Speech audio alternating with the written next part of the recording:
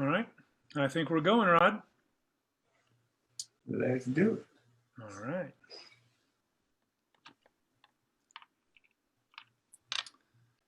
So you gotta play a little music here as we come in.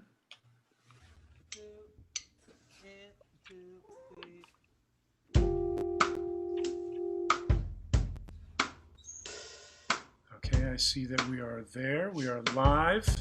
Got my good friend Rod McGaha here with me, all. Trumpet player extraordinaire. Been in Nashville for a very long time, longer than I've been here, I think. I got here in 1991, and we've been making music ever since. It feels like it's been about 6 years, and I know it's been longer than that. Yes, indeed. But man, I am very glad to have you here as my guest tonight on Juneteenth, June 19th, 2020. And man, you're looking good back there, Rod, as always. I'm trying to be like Jeff. Well, I am very glad to see you. And,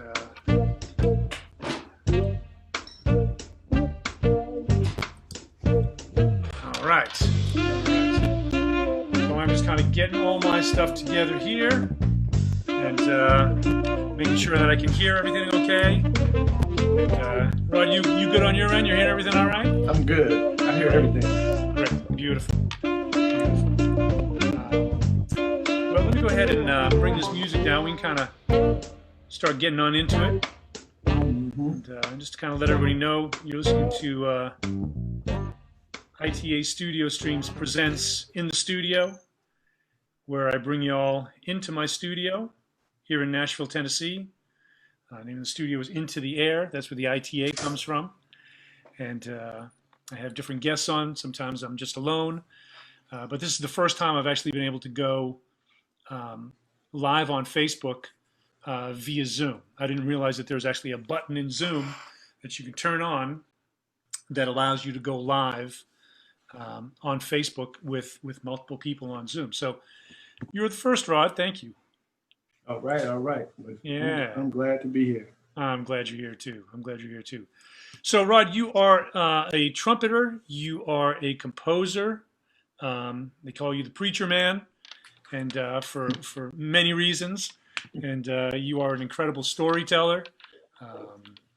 You have toured around the world with people like Max Roach and Kirk Whalum. And tell the folks some other people that you've worked with over the years, and we'll get into a little bit about your history here also. Well, I mean, I kind of came up like all the other musicians, right? I'm from Chicago. Mm-hmm. So my first gig on the road was with Gene Chandler, the Duke of Earl. I don't know if you remember that song.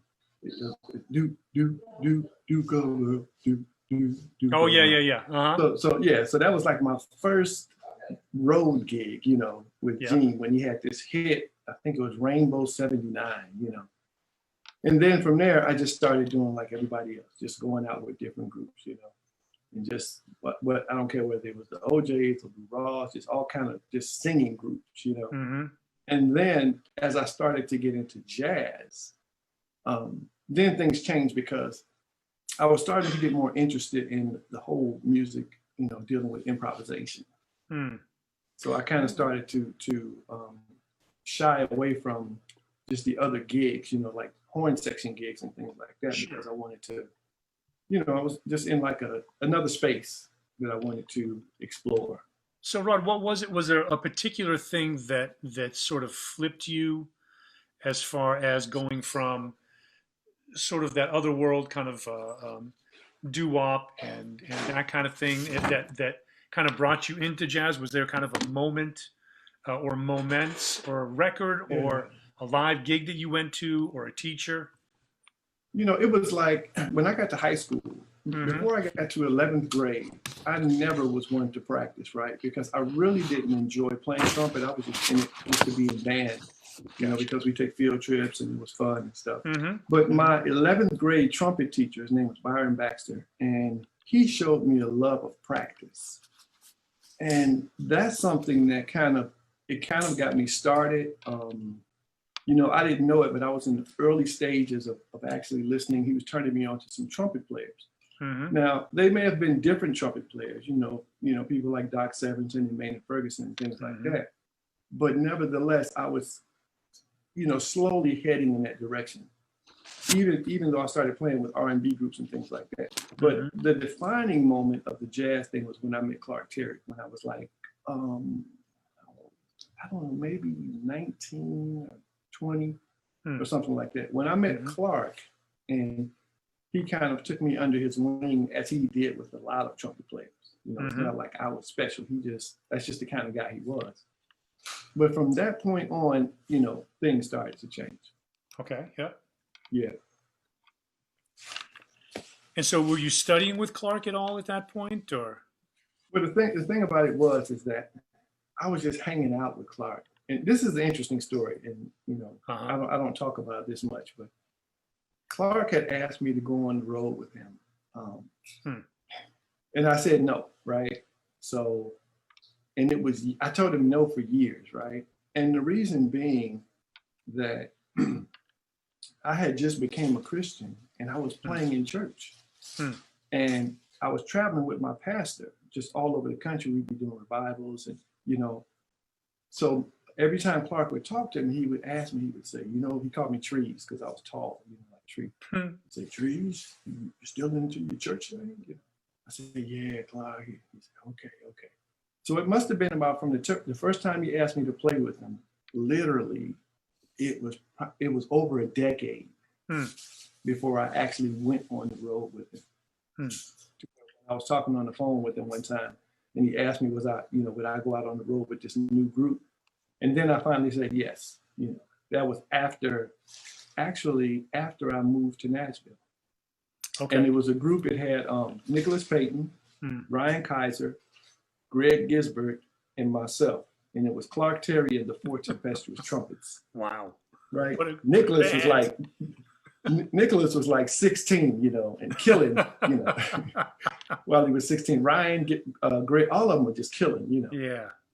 So, you know, so that was just kind of how all that went about. But the interesting thing is, you know, how when you get to be with guys like that on the road in the hotel rooms, so Clark would sit you down and show you things that you couldn't learn in school. So he taught me the whole principle of dual tonguing on the trumpet, you know, while you're playing, but a little, right? So this whole concept of the way he wanted us to flow. And he totally taught me how to use the plunger. He's the only teacher that I had to show me how to use the plunger, you know. And so I know you've talked. Sorry, go ahead. No, you go ahead. I was going to say that with the plunger, it's literally, for those that don't know what you're talking about with the plunger, you're talking literally about like a toilet plunger that people use, obviously a clean one. Hopefully it's a clean one. And you use it at the end of the horn. Yeah. Right? To make a certain, you change the timbre of the tone. Right. And so I know that, I mean, that's one of your things, man. I mean, when I hear you do that, you know, there's just something about it that's so vocal in nature. And I know you always credit Clark with that. So I'm wondering, you know, because there will definitely be some trumpet players that watch this at a certain point, if they're not already watching it. And if you can maybe, you know, talk just a little bit about kind of the sound that you try to generate, that you think of in your head to generate out of the end of the horn with the plunger sound. Right. So, okay. So, you know, each time we would have a gig, Clark would make us sing, right? Okay. Regardless of whether you could sing or not, you know, he said, you got to sing. So we would have to sing. But one of the principles of the way that he dealt with enunciation on the instrument was the vowel sounds, right? So he would tell us, even dealing with the plunger. So it's daddle, deedle, daddle, doodle, doodle, but daddle, daddle, diddle, daddle, doodle, right? So when you would do your plunger, you would need to make these vowel sounds, right? And most trumpet players, when they play the plunger, they focus on the, you know, this thing of, you know, when the plunger goes out, whack, right? Clark focused on the ow, ow, ow, you know, it comes in. And a lot of trumpet players that use the plunger, they totally, you know, just don't deal with the ow of bringing the sound. And that's where all that personality is, you know, when you're dealing with it. But he would have us practice it, you know, like dale, deedle, daddle, doodle, doodle, daddle, daddle, daddle, daddle, you know. Yeah. So it was just that type of thing. And it took me forever to get a grip on it. The same way it did with like doodle tonguing. It took me a long time to, you know, get that type of thing. He called it the thud tongue, like so that's the way you would play. Right? Yeah. And it took me forever, you know, to get it. It was so frustrating, but he was just a great teacher and very patient. I think most great teachers are. That's what I found. You know, that there's a they may be stern, they may be and so as soon as you jump on Instagram, you'll have to follow me at Jeff Coffin, okay? And then when you get there, there'll be a little button that says that you can join me, and I'll look for you and I'll accept you, and we'll talk on there. How's that? Okay. And so I'm live now, so you should be able to see me in that upper left-hand corner. It should say live. Go ahead and jump on there, and then say that you want to.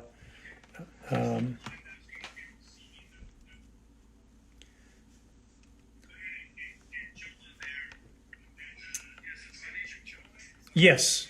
Yeah. Join. Yeah. Tell me that you want to join me. Yep. Yeah. Just wave to me. Someone just waved to me. Hey, y'all, hang tight. I'm having my buddy Rod McGaha join me, and we're gonna bounce off of.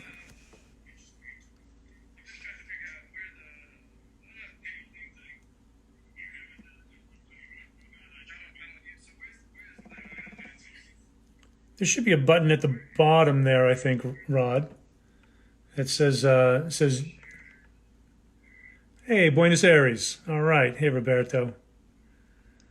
I'm not sure where it is, Rod, but it should be. I see you down there. Oh, no. Go. I'm pulling you in, buddy. All right. So we're out of here on Facebook, and we're going to Instagram Live. Yep. I'm looking at both of us. Okay.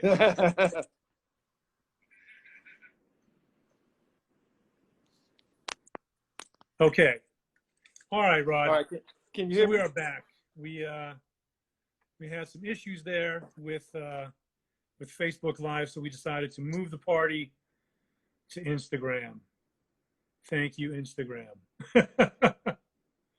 So, all right. So, as I was saying, Rod, one of the things that I want to talk to you about is Black American music, sort of your history in Chicago, growing up with members of the AACM. If you could maybe talk a little bit about those guys and what that group is, what kind of music they play, what they kind of represent to you as a musician, as a young musician, their influence on you, et cetera, et cetera. Yeah, well, you know, I started playing with a group with the AACM. I don't know if you're familiar with Ed Wilkerson. He had 8 Bowl Souls. He had Shadow Vignettes. So I was playing with Shadow Vignettes, and sometimes I would play with 8 Bowl Souls. But there was also a trio and a quartet that I played with him. So it was kind of like, you know, it was an introduction for me coming out of high school to get into this music, right? And you learn about different cats, Malachi Favors, Don Moye, you know, Kahil El-Zabar, just different, you know, people, and this whole type of free improvisation. And during this time, you know, Steve Coleman. Steve Coleman was there as well. I was playing with Steve Coleman's trio. So it was me, myself with Steve, and a cello player. So I was really like immersed in this free music, right? Which was something that was new to me. coming Okay. out of high school, because this is like Sure. coming out of high school, you know. So it was just real interesting, but it framed a way of thinking for me. It framed a way of freedom in playing that has always stuck with me, you know. Plus, it was a real beautiful atmosphere to be around, you know, because you know the music was beautiful, you know, the cats were cool. It was just a good time. Yeah. It was a good time. Yeah. So you mean creatively, it was a good group of people to be around? Oh, Personally, sure. creatively? Most definitely. Yes, Uh-huh. yes, yes. I'm sorry, my getting this cord together. That's all right. But That's yeah, I know go ahead, Rod. No, go ahead. I was just plugging this up. All right. Yeah, we're just kind of getting ourselves moved over from Facebook because we were having some issues on there. I just saw that JD Souther, our buddy JD Souther, was on here. Hey, JD, what's up? What's up, JD? And, yeah. And so, what kind of influence was that on you as a young musician to start playing free creative free jazz right out of high school? What did that kind of do for you as a player? Well, it starts to shape and frame your thinking. It starts to, you know, get rid of boundaries for you. That, you know, much of the music I was listening to had boundaries. It had a frame, you know. So this music didn't have the frame like the music that I was used to. So it was almost like you were coming out of shallow water into deep water. Okay. And now that you have all this freedom, how do you express yourself in it? How do you deal with it? Because many times we are more comfortable in that frame because it kind of encompasses us in a way that we feel safety. But when that frame is removed, then it's a different story. Sure. Different way of thinking, you know? Yeah. Absolutely. And so you moved to Nashville. What year did you move to Nashville? I came here, I think it's 91. Okay, 1991. So I guess we came here the same year.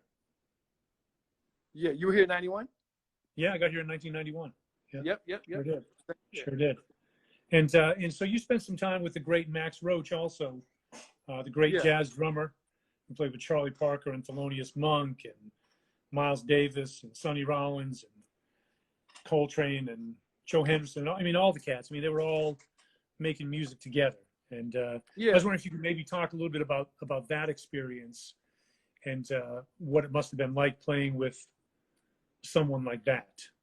Man, those type of playing experiences are very humbling, and it was the same way, Jeff, with Max. When Max asked me to play with him, it was probably a couple of years before I said yes. Okay. You know what I'm saying? So, but he was very, very cool, and one last time he came to Fisk University. Yeah. And let me just preface this: the reason that I said no was because of Booker Little, Freddie Hubbard, and various trumpet players that he had been playing with, right? I'm like, and then I'm thinking he's in New York. I'm like, you don't need me playing with you. It's a host of bad cats in New York. You know what I'm saying? So this was I just felt guilty even accepting the gig, you know, like why are you even asking me to play with you, you know? So that was the whole reason behind that whole thing, because we had Eddie Henderson was on trumpet as well. It was a great trumpet player, you know. Sure is. But Max was the same way, very gracious. When I would go to New York to play with him, I would actually stay with Max. So, you know, we would sit in the front room and he would tell me stories about Bird and, you know, just stuff that's like not in the history books. Right. You know, so that was very cool. It's just a learning experience, you know, a real life experience. Yeah. Yeah, and when you're playing on stage like that, for me anyway, when I was up on stage, you know, it's so surreal because I'm like, man, you know, this class, I don't care who it was, from Clifford Brown to Howard McGee to Booker Little to Freddie Hubbard to, you know, all these cats stood where I'm standing and played so much more horn that it was just like, you know, I'm not lying, man. I'd be playing, I'd be like, why am I here? What is this about? You know, it was just a real strange type of thing. Interesting. So did that ever go away for you? Not really, not really.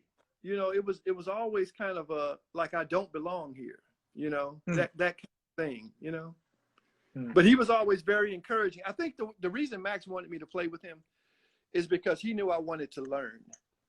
That's what it was. He saw something in me to where he knew I wanted to learn.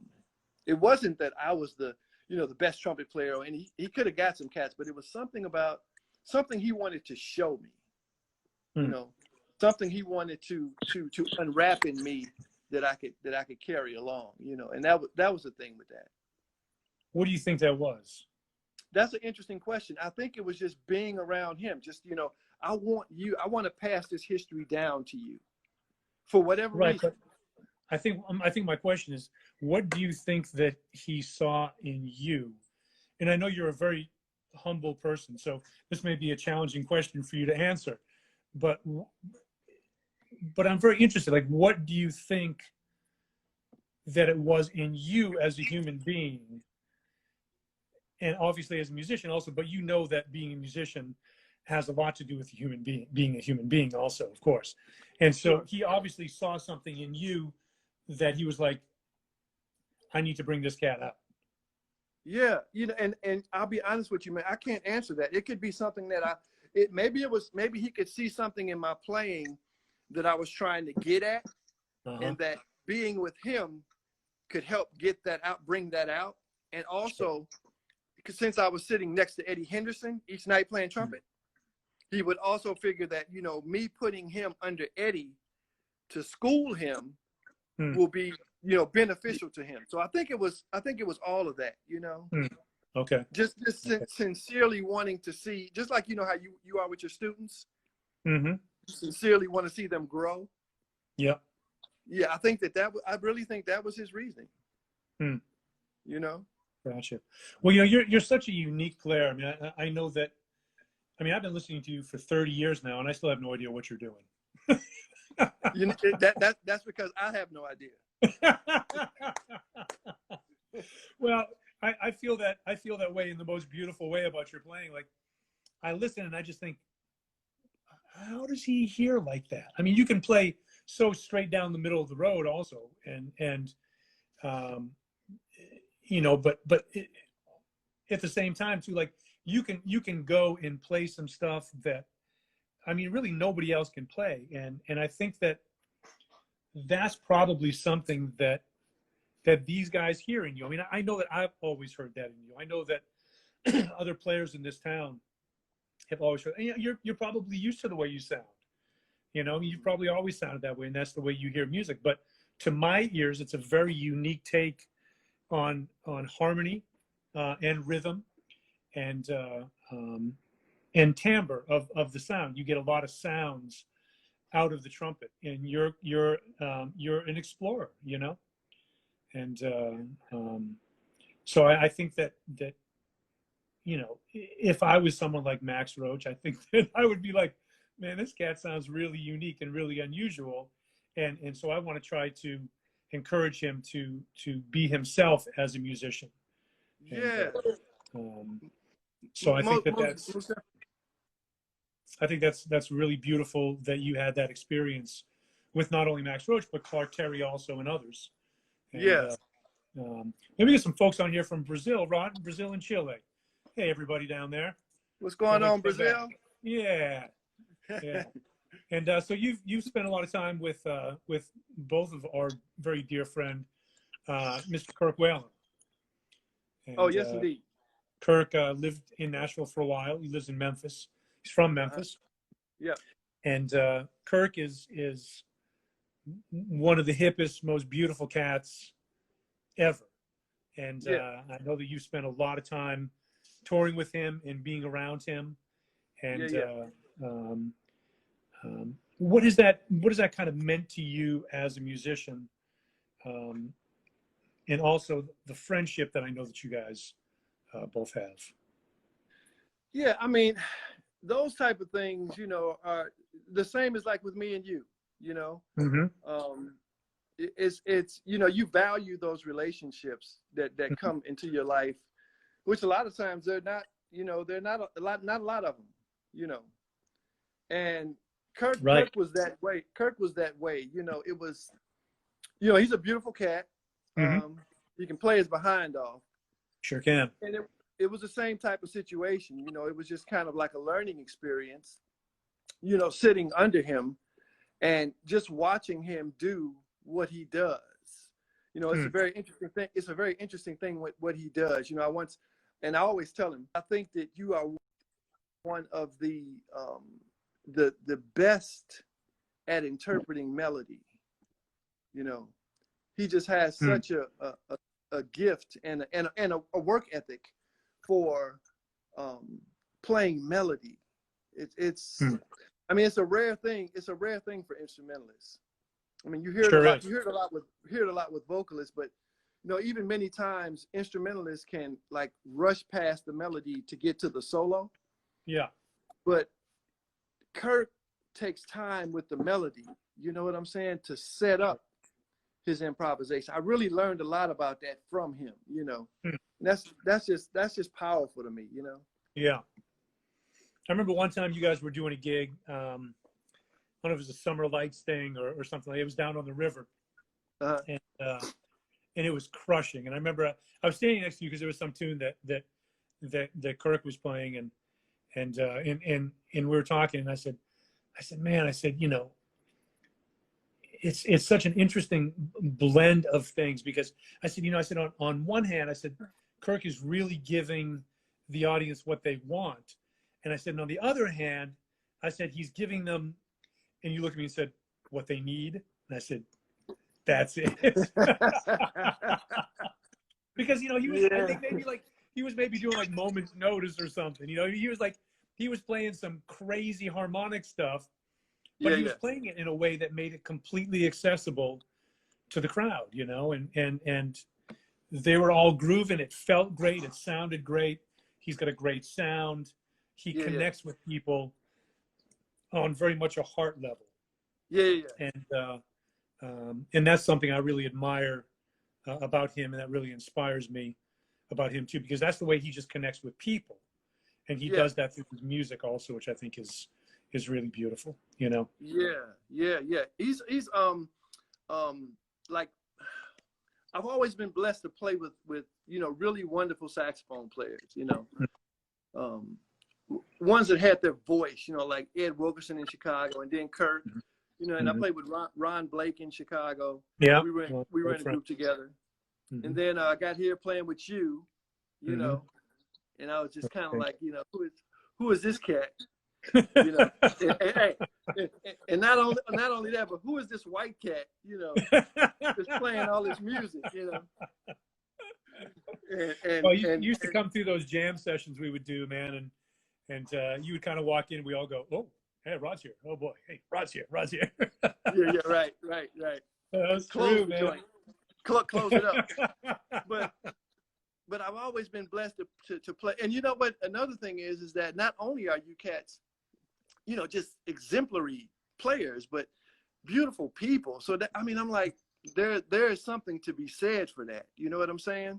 I agree. Something to be said for that. So I've been blessed to learn under you guys and you know, sit like I've played in your group, played on recordings, you know, with you, and you know, learned about your routine and learned about, you know, the way you look at music and look at life, and you know, just the excellence that you put forth. You know, if anything, you know, you're like the Felix Unger, I'm like the Oscar Madison. You know, Jeff. You'd be surprised. Jeff comes to the session, you know, he's all prepared. I come in there, anybody got a pencil? Well, you know, the thing that we all know about you, Rod, is that like there's no question, like if we've called you for a gig, that you will be there. But you will not be there until the very last moment. You know, here's the thing, man. No one's tripping. Everybody knows you're gonna be there. And then when you're done, you're like, thanks, cats, and you are gone. I love that so much about you, man. Oh, yeah. I guess I'm not the hang arounder, huh? You know, it's like we Well, play, and then that's kind of it, man, I just always think like, man, Rod's got something he's gonna go do, and it's gonna be great. Whatever, even if it's just going home, it's gonna be great. Yeah. He's probably just going home to watch like The Honeymooners or something, So, but, oh God, man. But yeah, but Um, that is interesting though. But seriously, Yeah. though, I've learned so much from you cats, man, and cats have been tolerant with me, and I just really appreciate it. I really do. Well, thanks, Rod. I feel the same way about you. I do, and I love your music. We're going to get into some of it here. You've sent some stuff over, some videos to check out, and I'm hoping that. Well, one of the things that I did want to touch upon is that you're also a wonderful photographer. You've been studying photography for quite some time now, and you do it with the same excellence as you do with your music. And I believe that some of this material that you've sent to me incorporates some of your photography Sure. as well. Correct? Correct. Yeah. Okay. Yeah. And so do you want to choose something here? I mean, this is, we're talking about the celebration of Juneteenth, also celebrating the abolishment of slavery, even though Juneteenth was a couple of years after the Emancipation Proclamation. But there's been a lot of volatility around this, a lot of division going on these days. Yeah. And there's a lot of people who are upset, angry, et cetera, et cetera. And I get it. I'm fed up with it. I can only imagine how you must feel having dealt with this your entire life. And so I'm curious as to, your experience with some of that. I mean, are you encouraged? Do you feel encouraged? Well, I mean, you can. I am. I'm an optimist, right? So I just don't believe that you can, especially something so as big as this, you can't give up on it. Just like you said, there's a lot of division, but there's also a lot of unity. There's a lot of people coming together, and I just really feel, man, that the better in people will win out. I'm not saying that it doesn't take time. I'm not saying it's not a drag or whatever, but I am hopeful. I think to be an activist, you have to be hopeful, because you wouldn't be fighting for something that you just thought you could never win. Right. Right. So I just I'm an optimist about it all. I think that times are going to get better, but I do think that people are going to have to be held accountable, and the playing field is going to have to be leveled. There has to be a certain fairness, for people. And we all know the African-American experience in this country. So it's no need to even go there, because, I mean, everybody knows it. I mean, everybody knows it, right. Yeah, everybody knows it from everyday life. Everybody knows it from, just the way you grew up in school. Right. Just growing up. I mean, just think about the first thing, just think about Columbus discovering America. I mean, we've been fed a lot of untruth. And we just have to figure out a way, man, to band together and to get past this. Yeah, I agree. Yeah, to get through it together, and that's I think that's the key.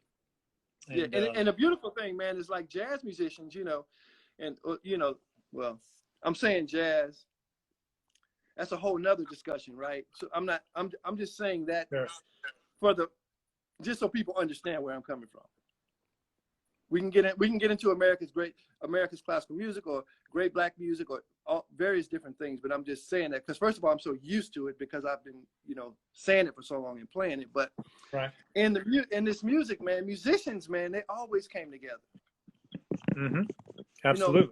Of all races, you know what I'm saying? Yep. Always led by example with that. So I think that for us, it's just in us to be that way. It's like there's no we can't really look at it any other kind of way. Yeah. And it's just strange, man, to where I don't care. I'm not just saying from white to black, any race or any people, that you would actually, not like someone or hate someone just because of a color of their skin. That's amazing. Yeah, because of pigment. Yeah, just the pigmentation of their skin. You Yeah. don't like them because of that color. It's just real interesting. And I'm not smart enough to go into the, the psychology of all of that or anything. All I can do is my part, right? Sure. And if everybody would just do their part, and a big part of that would just be, just think, check this out. Just think if you weren't an academic or a scholar or anything. And this sounds very, very cliche, right? Very cliche.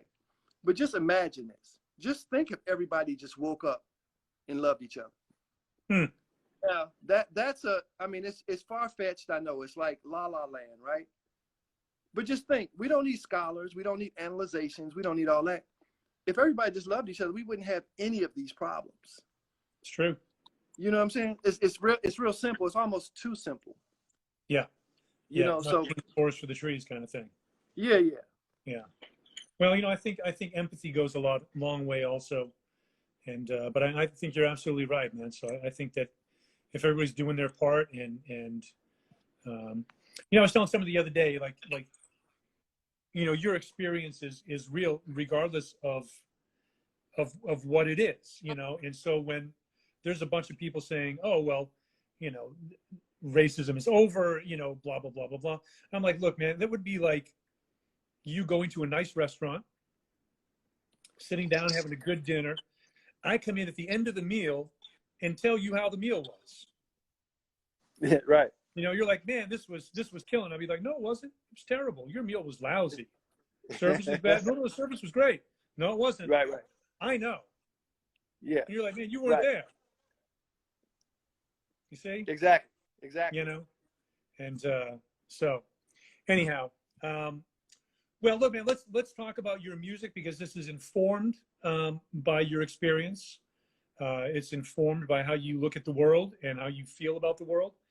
And so if you're cool to move to some of that, I'd love to play some of it for some folks.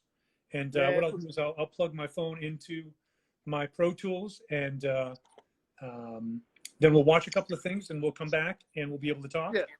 And what do you want me to play first and second? Man, you just pick whatever you want. We talk about it. It doesn't matter. It doesn't matter to me. Well, let's start with "I Can't Breathe." There's a beautiful picture of a young girl on the front of this, and I would love to see this. Is this a good one to start with? That's cool. All right. So I'm going to flip my camera here. I'm going to have to move back a little bit and put you on a music stand so that we can see the entire screen over here. And because I want everybody to get as much of this as they can. I'm going to plug you in, Rod. I won't be able to hear you for a few minutes. But okay.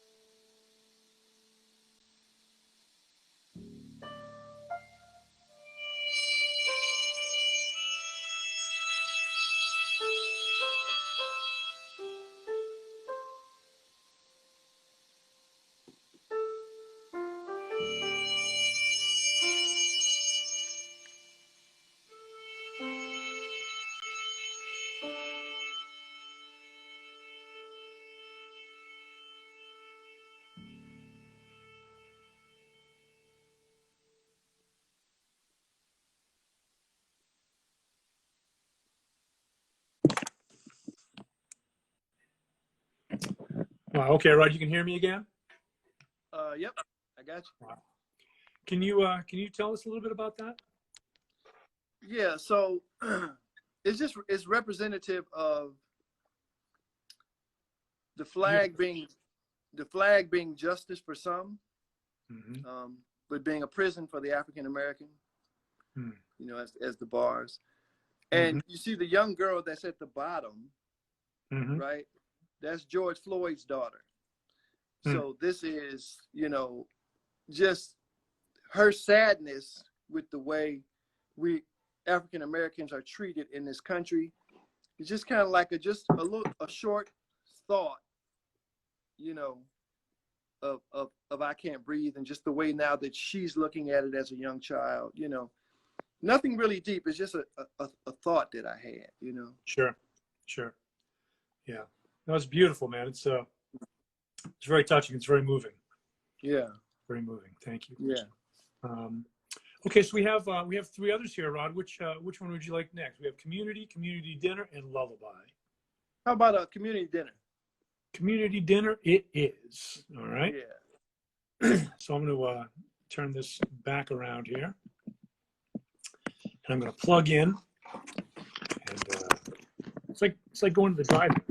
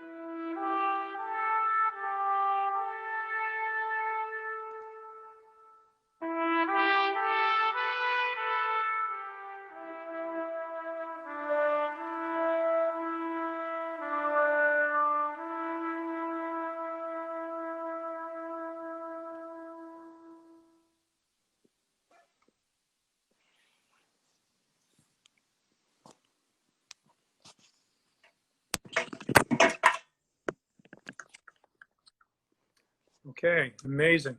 Is those your photographs, Rod? Yeah. Wow, beautiful. You've been doing kind of a mosaic approach recently with some of your photos that I've really been digging a lot, and I just love the juxtaposition of different things that are going on, and they're very powerful. They're very powerful. Yeah. It's oh, go ahead. I was just going to ask you to tell us a little bit about that one. Yeah. So, like basically, I'm kind of getting more into like socially engaged art, right? So my thing that I want to deal with is community, right? Mm. So these are some ladies that I brought together from various cultures Mm-hmm. to learn about each other. So I photographed them. I mean, we hung out, you know, we ate, we just did. That's just the tip of the iceberg there, you know. But we met many times, and you know, and I had two ladies, one from I think Sri Lanka, and the other one from India. And the dialect that they spoke is very rare here in America, right? So both of them spoke this same dialect, right? They didn't know Oh, each wow. other before they met. Hmm. Excuse me? No, I just said, wow, that's interesting. Yeah. Yeah, they didn't know each other before they met. Now they're best friends. Wow. The one that, you know, the one young lady literally, you know, started crying because she was just like, I had no one here I could talk to. Oh. So now they talk, you know, that now they just hang out all the time. So this is part of my, you know, my social practice is bringing people together, right? Mm. So all of these things, you know, one is Egyptian, you know, I had one from, I forgot which part of Africa, but I had about maybe 8 women all together, you know, just from various parts of the world.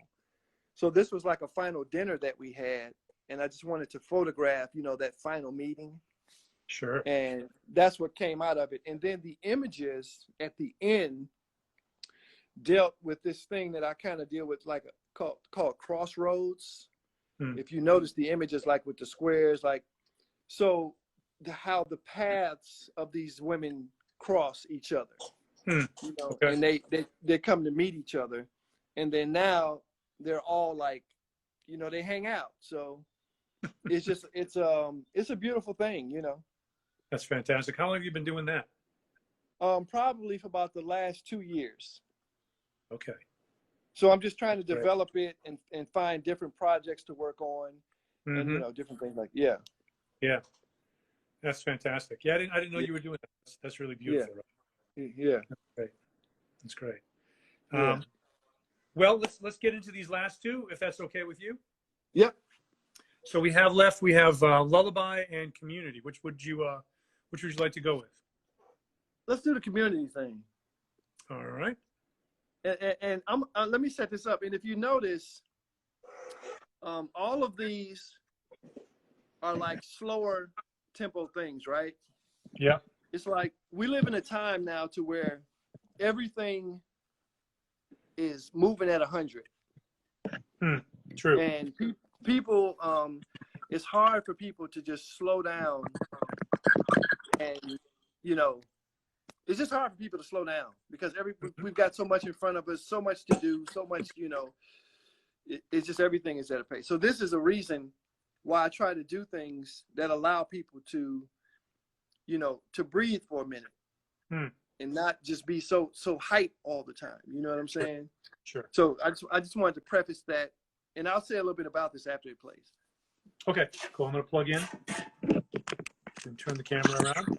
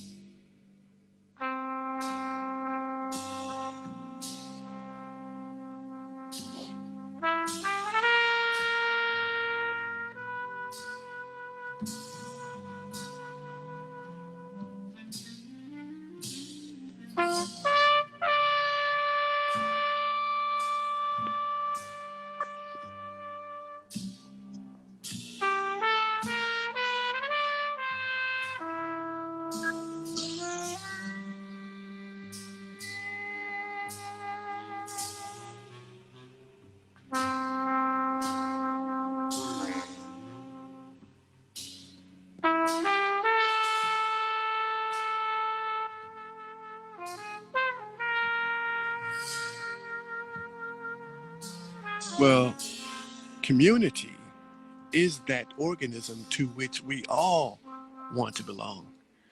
It offers us a sense of comfort and stability. We know that there are those who actually care about us. You truly have friends. This is in stark contrast to the way social media defines a friend. Things are moving so fast. Each year we move further away from human contact. We move further away from meaningful conversation and relationship. We substitute likes for love and text messages for saying I love you. We are connected by technology to everyone on the planet, it seems. Yet we are the most lonely.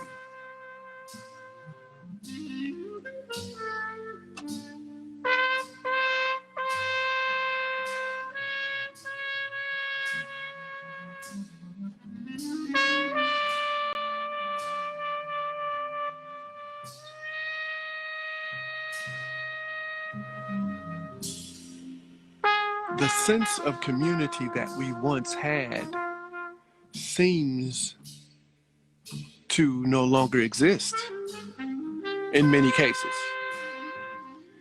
Coretta Scott King said, "The greatness of a community is most accurately measured by the compassionate actions of its members."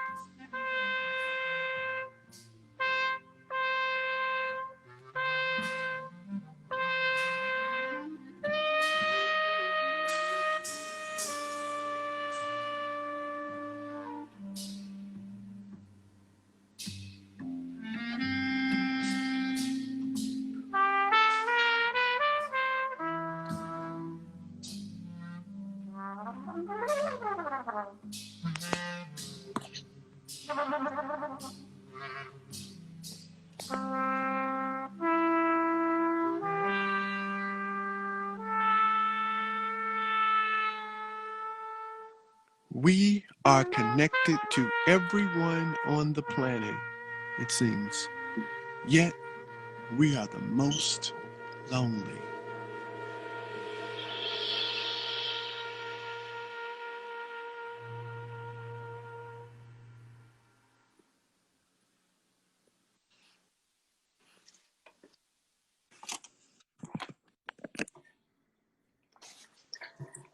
Wow. Indeed. That's fantastic, Rod. Really beautiful, man. Yeah. Really beautiful. It's such a great tune also. Here's That Rainy Day. And is that the Big Chief playing on bass clarinet? Don Alico? Yep. Yeah. Yep. Yeah. Who else is in the band? It was Neoshi Jackson on drums. Okay. And that was Jerry Navarro on bass. Yeah. Yeah. Beautiful. So. Beautiful. Well, yeah. Tell us a little bit about that one, Rod.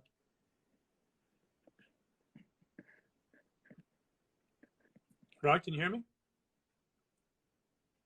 Hello? Hello? Rod? Okay. Yep. Yeah. Tell us a little bit about that one. Yeah. Okay. So still dealing with community, right? Coming together.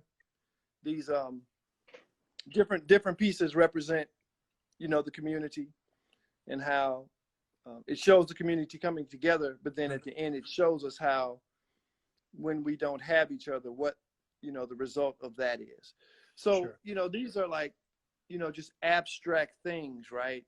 And this is kind of like my thinking in photography and the visual arts is similar to the way I was kind of taught to approach improvisation in Chicago, right?